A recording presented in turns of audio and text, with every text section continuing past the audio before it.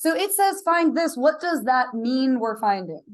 Second derivative. Okay, so you can't jump straight there. You have to do the first derivative first, then take the derivative of that. Okay. Again, start all the way off to the side because it's going to be about this long. Now it's chain rule, and it's going to be exactly like we wrote on our bubble sheet. You're going to do the derivative of the, you want to call them the outside and the inside. So derivative of the outside, it's f prime. Leave the inside alone. Times what? Yeah, derivative of the inside. Good. Okay, so that's your first derivative. That's just the rule. Like that's just writing the rule. Now we're going to do the second derivative. However, and it's going to be a chain rule again, but what other rule is now in there too? Multiplication is product rule. Okay, so I'm going to use colors. This is the first thing. This is the second thing. All right, so how does product rule start? The first thing, so just copy that down, f prime of g of x.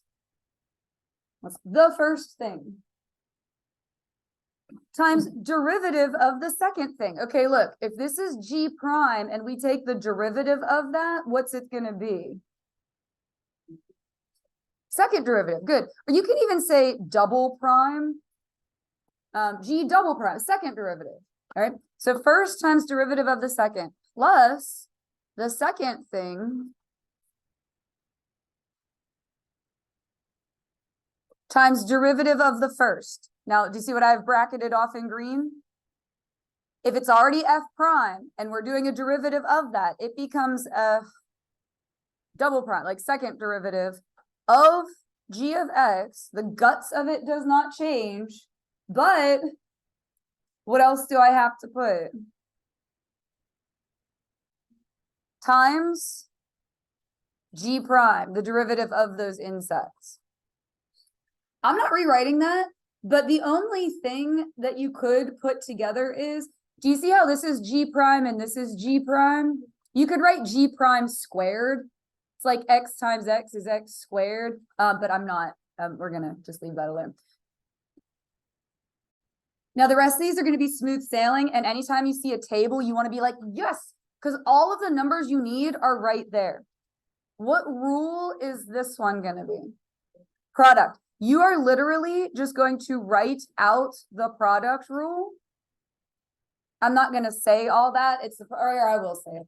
First times derivative of the second plus second times derivative of the first. You just write that out. And then you don't put an equal sign because you don't want a linkage error, but you just find all those numbers in the table. All right, we're going to go on our scavenger hunt here. F of, what are we plugging in? 4. F of 4. F of 4 is 2, right? No, you're good. You're awake and talking to me, which makes me happy. All right, G prime of 4. -3 plus G of 4, 5, F prime of 4, 8. And what do you do with that? Nothing. Now, here's what I usually get asked. Hey, Ms. Cole, I can do that without writing this out. You'll get 1 out of 2 on the AP exam then, because that's worth a point, and then the answer is worth a point. Cool? So this is all just one answer? Yep, it's all just one answer. If you really wanted to work it out, what is that? -6 plus 40. Yeah, like 34. Like you could put that, but why? Just don't. All right. What rule is this one? Quotient rule. Where does it start? Bottom. Okay. I'm not going to say this one. Just write out the quotient rule.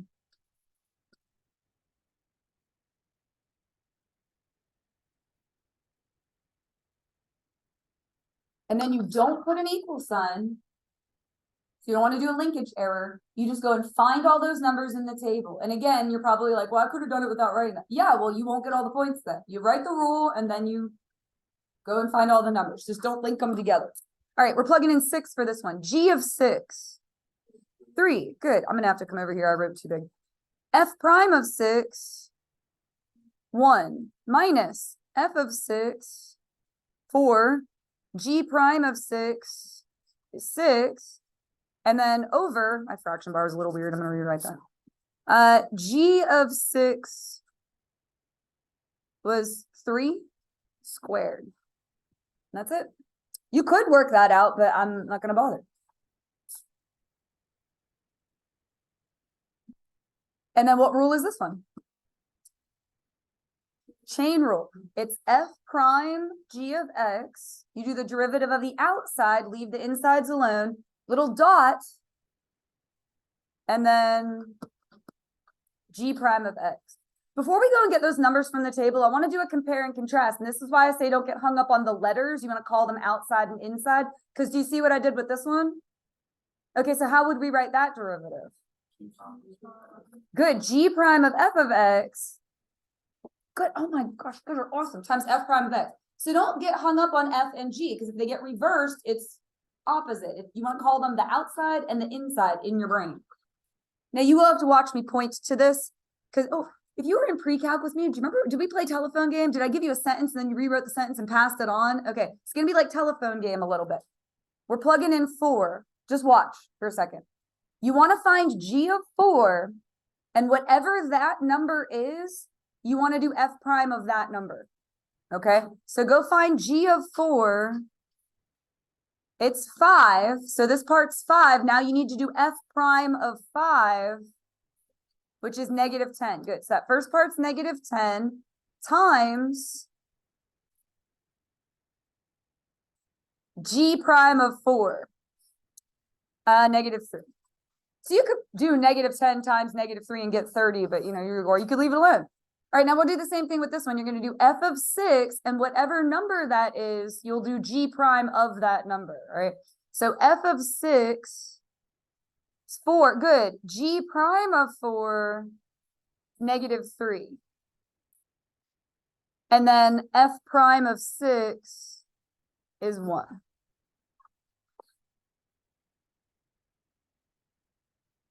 That looks awful, but what rule do we want? Good. Oh my gosh, guys, identifying it is usually like the hardest part, and you identified it, all right? Color coding. So it's going to be the first thing, 3f of x plus 1 times derivative of the second. What would that be? Bless you. Yeah, g prime of x. What happened to the 5? It's gone. Constant. Good. Plus the second thing times derivative of the first, 3 f prime of x. What happens to the 1? Disappears. All right, and then all you have to do is find all those numbers in the table. So we're plugging in 5. I don't want to move the paper up and down and make you seasick. Can you find f of 5? What is that? 17. Oh God, I don't know what 3 times 17 is off the top of my head. So guess what? I'm leaving it like that. Would that be, it'd be 51, right? Okay, but whatever.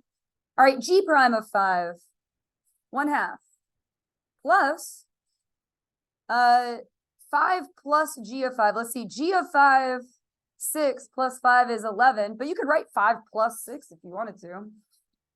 And then f prime of 5, -10 times 3 would be -30. And that's it. Just leave it alone.